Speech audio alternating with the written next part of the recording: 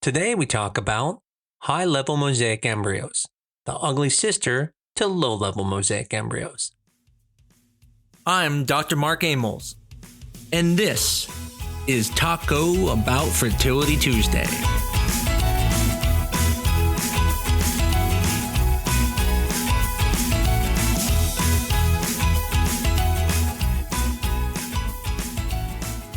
Last week we gave Brad Pitt a personality makeover, but this week we're asking if Cinderella's stepsister really belongs in the trash pile or if she just got a bad label. See, high-level mosaic embryos are rarely reported. Some labs call them mosaic, others just write them off as aneuploid. Same embryo, but different fate. But what does that mean for you? Is it even worth caring about? In last week's episode, we talked about how a high-level low mosaic embryos could theoretically take your good embryo and push it to the back of the line, lowering your pregnancy chances. But in this week's episode, we're talking about embryos that might have never even got a chance, high-level mosaics. And that's because there are many labs that don't even report it. At first, that could seem really bad and a very poor choice. But the question is it really? I think the first thing we have to define is what is a high-level mosaic embryo? And what does it mean? Well, a mosaic embryo means an embryo that had both normal and abnormal cells. And in the low-level mosaics, it means that either 20 to 40% of those cells were abnormal. But in the high level, we're talking about 40% and above. Some labs, anything over 50% is just called aneuploid. Now, if you remember from last episode, this isn't like a sliding scale. There's only 3 to 5 cells taken. So for many embryos, if only one cell is abnormal, that's 33%. That would fall under low level. If 2 were abnormal, then it would be 66%. That would be high level. So a lot of people are worried, well, what if my embryo is 41%? Now it's going to be considered high level. Well, that really wouldn't happen because you would have to have multiple cells to get those type of numbers. And that would kill the embryo if you had that many cells taken. So that's really not possible.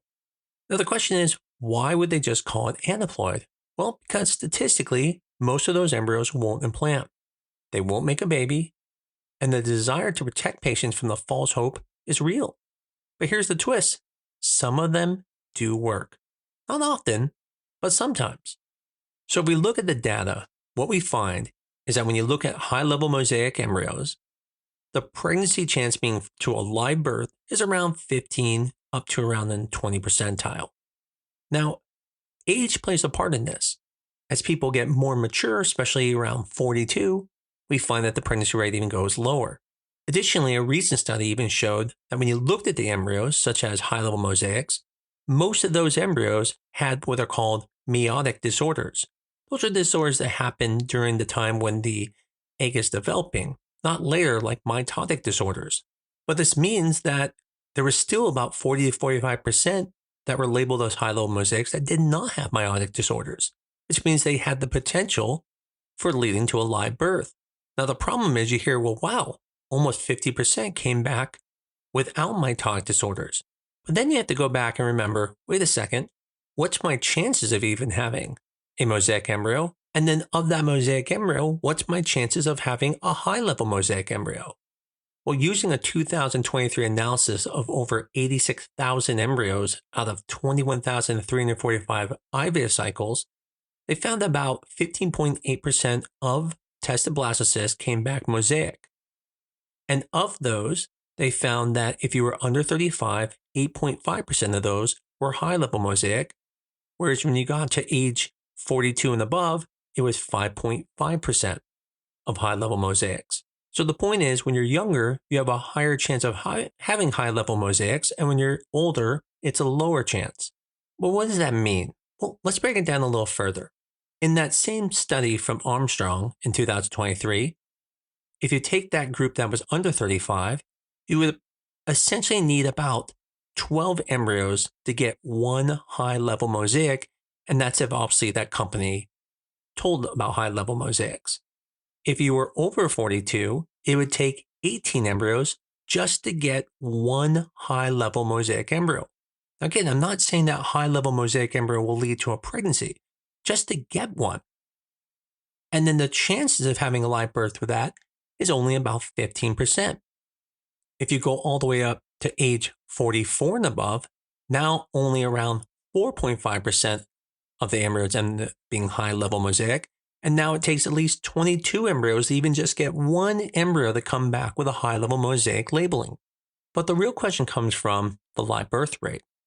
So if you take that number and say, okay, what's the chances I will get a high-level mosaic, and the chance of getting pregnant is only 15%, then that means to be able to have a live birth from a high-level mosaic embryo, you would need at least 80 embryos under age 35 to get one high-level mosaic embryo to come out with a live birth. If you are 42, you're in the 90s. If you're over 42, it's around 120 embryos. If you're over 44, we're talking about 150 embryos or higher to just get one live birth.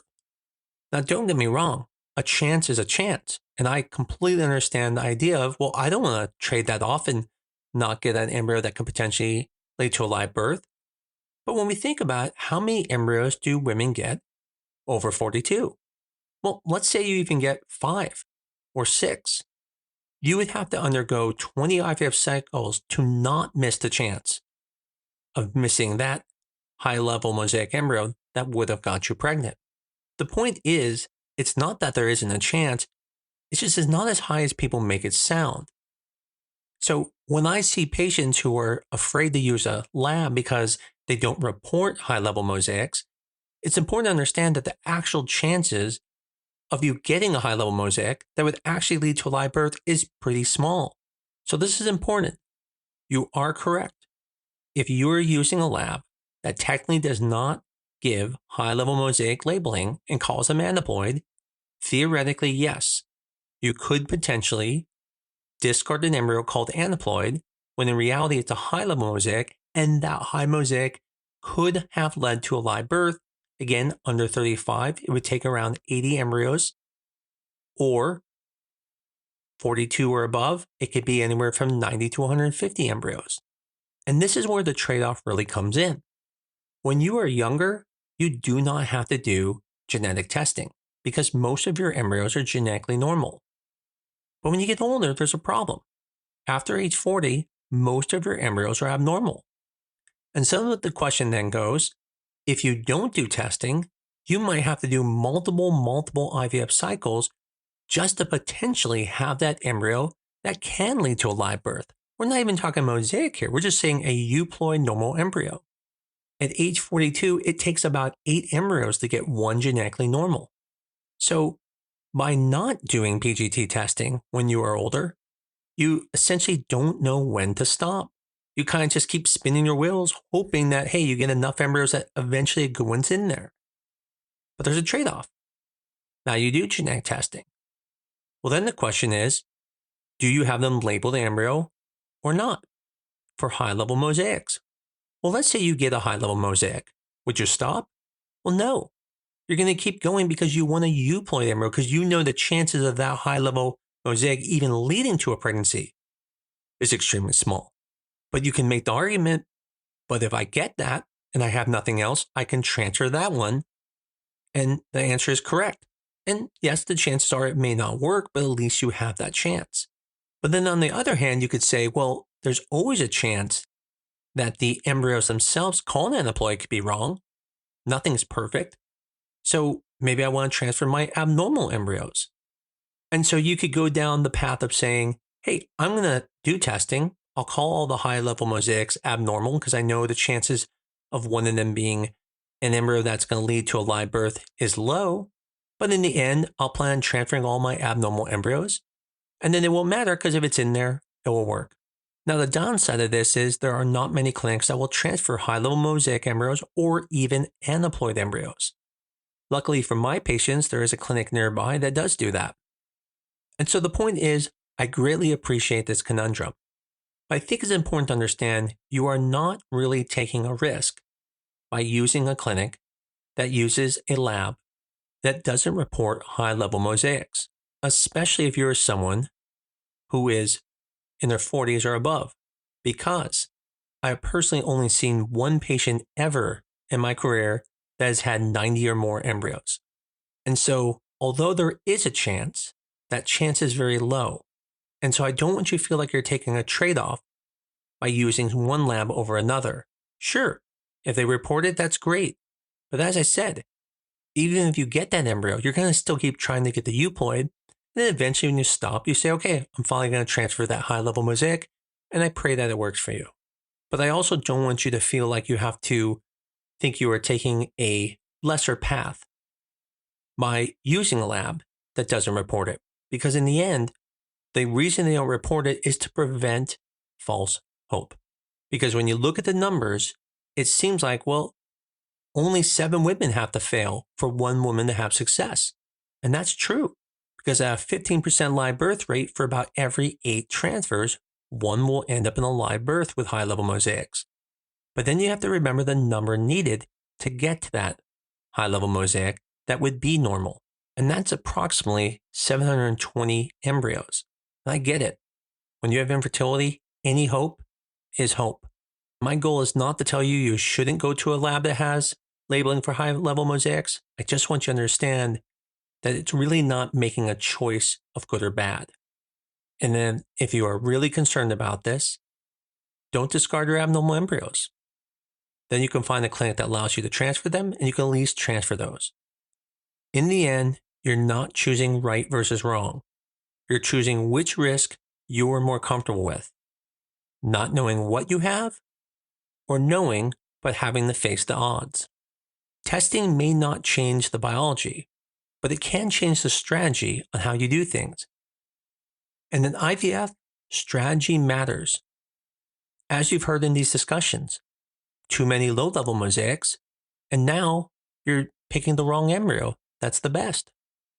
Having a high-level mosaic, now you may have false confidence and stop trying to get embryos when in reality, the chances are, more likely than not, it won't work. So test if you want to clarify, freeze if you want all your options, and always ask, what labels am I seeing and which ones I'm not? Every person has a different path on their journey and may have different strategy. There is no right or wrong. The right answer is what's best for you. I'm going to end this podcast on why I did this podcast. And it's because I was on Reddit, and about 7 months ago, a user by the name Status Lavishness said, don't use progenitor lab for PGT testing. And when I read the reasoning, again, it's not wrong. The person felt horrible that she did testing, because in her mind, she felt, wow, now I don't know if these embryos could be high-level mosaic. Now, mathematically, she stated that she had 7 embryos tested, so mathematically, she wouldn't even have 1 high-level mosaic when you look at the odds, and the chance of having a high-level mosaic that would lead to a live birth is even less than 10%. But the thing I said earlier was, if there's any hope, there's hope. And that's the part that hurt, because I saw this and I realized this person felt like she made a bad decision. But in reality, she just didn't understand the statistics. We hear these stories about people having babies from abnormal embryos, and that's because the science is always changing. We're learning more and more about mosaic embryos. But on the same token, like the last podcast, I talked about how we're actually hurting our odds when we have too many high-level mosaics. So it's not always black and white. What I would say is, if it really worries you, don't do testing. There's no harm in that. You just don't know when to stop. And many insurances won't allow you to keep going if you have a usable embryo. So at least by testing, you can keep going through IVF until you get that normal embryo. But with that choice comes a downside.